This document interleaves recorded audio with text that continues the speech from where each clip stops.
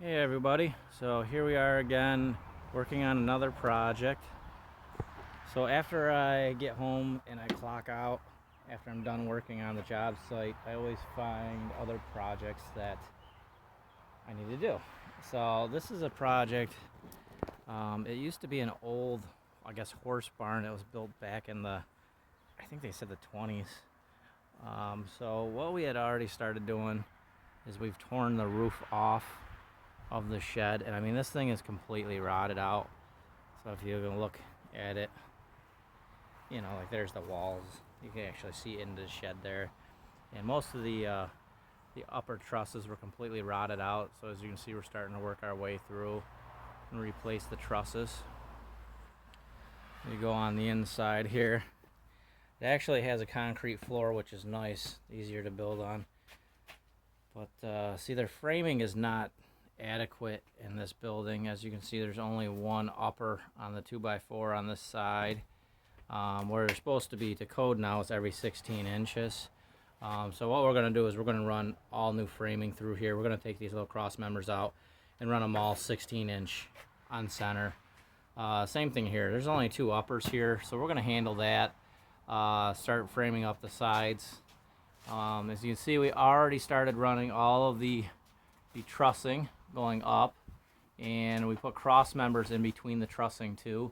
I always like to put cross members in between the trussing. It just makes it a lot stronger, especially on a shed in this bad of a shape. So you can go on this side. The old roof needs to go on a tear off. It had the old boards on it. So we're going to retruss all of these over here too and put cross members in. And again, with this wall over here, they only have a couple uppers. I think it's because they used this board back, you know, way back when, and it's like 1 inch thick, so it was adequate for the guy that built the horse barn at the time, but not adequate for what we're gonna do. We're actually gonna turn this into a little shed for my son to play, so it's going to be completely framed out. We're gonna run some electrical in here. We're gonna have some plugs and stuff. We're gonna put all new drywall in, float it out, sand it, paint it. We're gonna put drywall in the ceilings. We're gonna put a skylight in on the roof. And then we're going to put an extension through this old door in the back. We're going to put an extension onto it and put a second deck, a sky deck in there. So just wanted to keep you guys informed on some of the projects that are out there that you can do.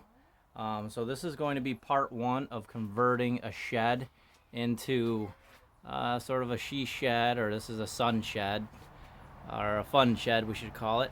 But this will be interesting because everybody else starts out with a shed. I start out with a quarter of a shed.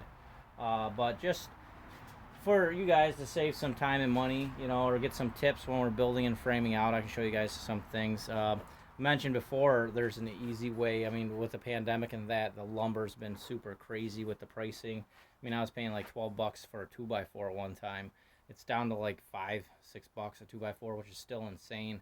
But what I found is, like if you look at these logs right here, these are old pine trees that I had to cut down when I was clearing out the property, and I had them sitting around for a year, and I just got on Facebook, and there's a guy that was offering to cut up these logs and give us some lumber. So we are sending these logs off to be cut into 2x4s, and they're going to be used inside this entire building, inside this entire house.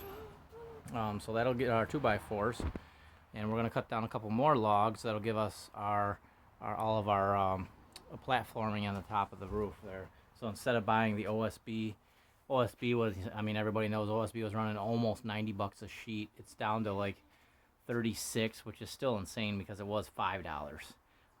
So you know, we're gonna have the trees cut down, have them planked 1 inch by 10 inch wide, and then use them for the roofing material too. So that's a good way if you guys have any trees in your property you're trying to get rid of or anything like that.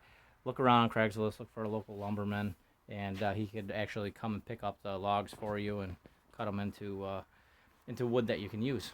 So I will catch up with you guys again. We're going to make a part two when we have this second half of this roof torn off and retrussed, and once we have some of this framing done on the wall so you can see where we're at.